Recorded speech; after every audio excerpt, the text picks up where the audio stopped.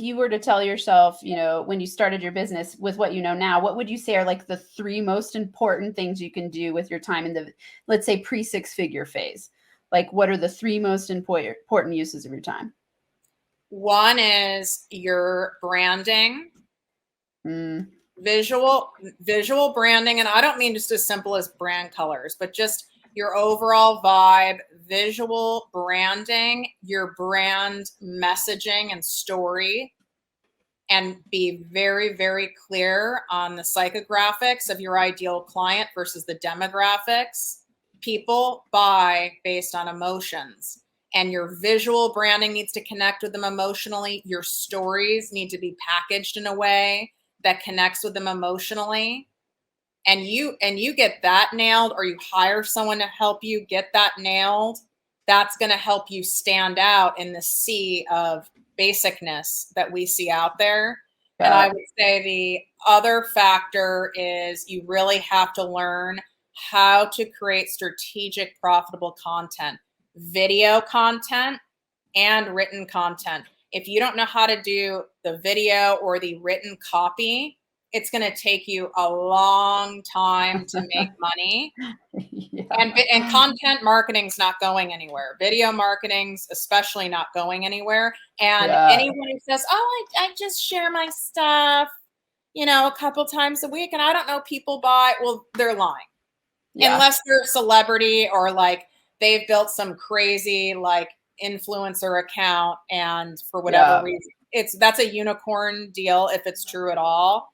The reality is that people who look like they're not putting much effort into their content or in marketing their offers, that's their strategy in of itself, is to make it look like they're not marketing so that you'll buy their stuff, because you're like, God, they're like, they never like really promote or sell anything, and I'm uncomfortable promoting or selling, so I want to hire them. That's and they're cognitive of that. That is their strategy. Mine is to tell you straight up what works, what doesn't, what the catch is.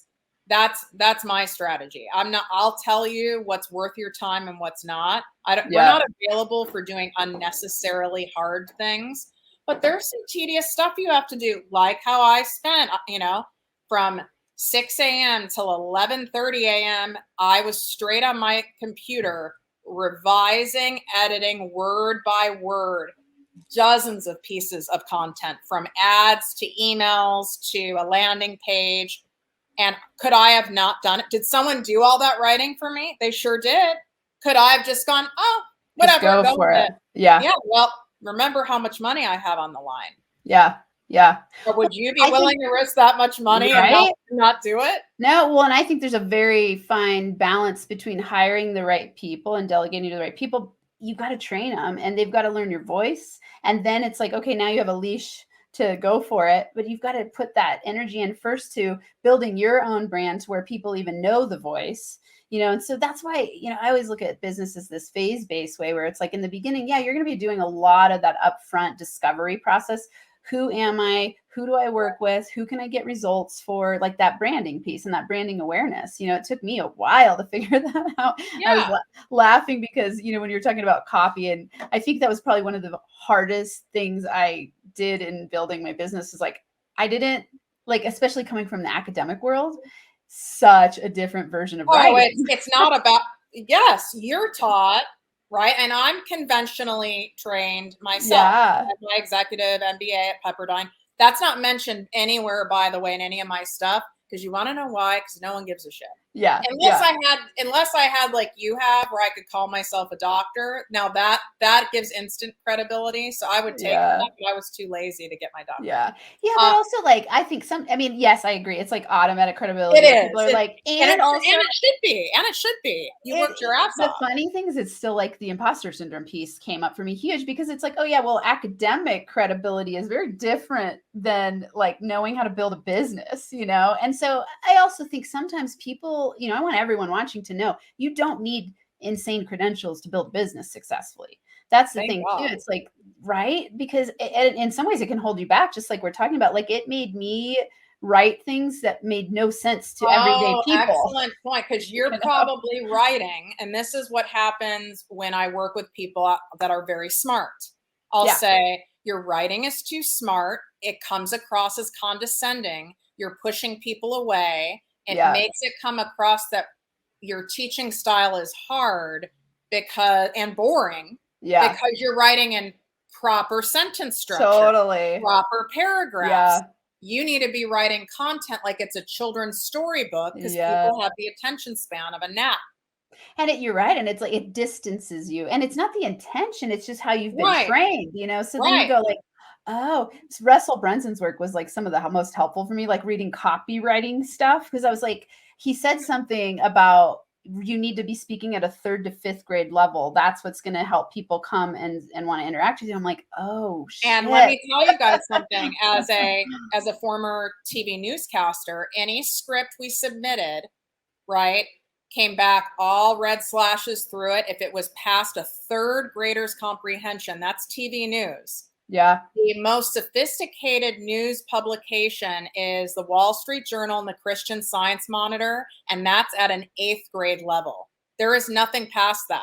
Yeah. The USA Today is like 4th or 5th grade, for example.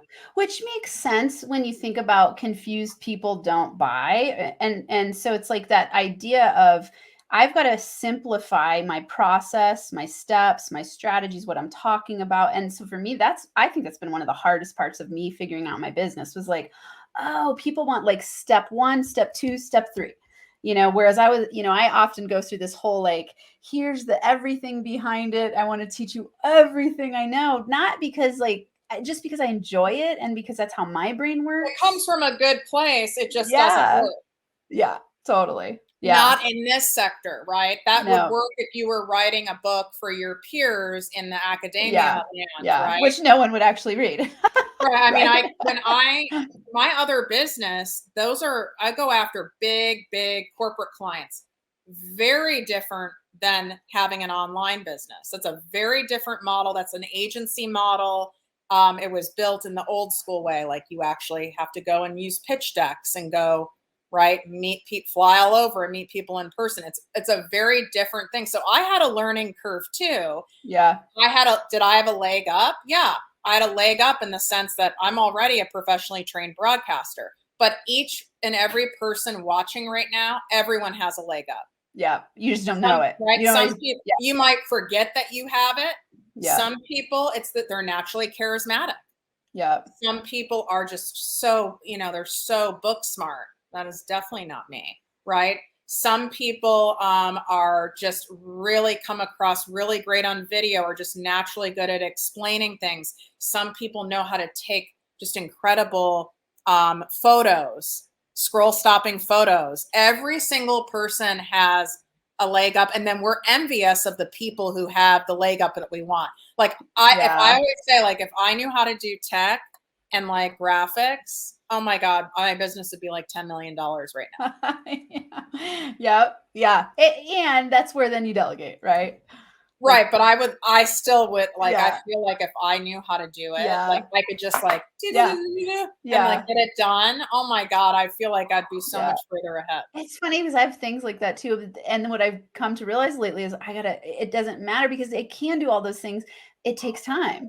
And then you go, okay, if my $1 per hour rate is this worth my time? Is this activity worth my time? And it's like, I sometimes love to sit down and do the graphic stuff. I'm like, I have so many people who say that. They're like, it's therapeutic and my creative outlet. I'm like, okay. But then is it making money? Is it like really making the big bucks? So it's like, I question those things, and I go, what really makes me the big bucks is teaching, coaching, masterminds, and coming up with new programs, coming up with ways to teach people how to transform themselves and their money mindset, exactly. And so I go, okay, can somebody else do my graphics up to 80% as well as I do? Absolutely. And hire And that's those the people. hard part for a lot of us control freaks. And you said it right there.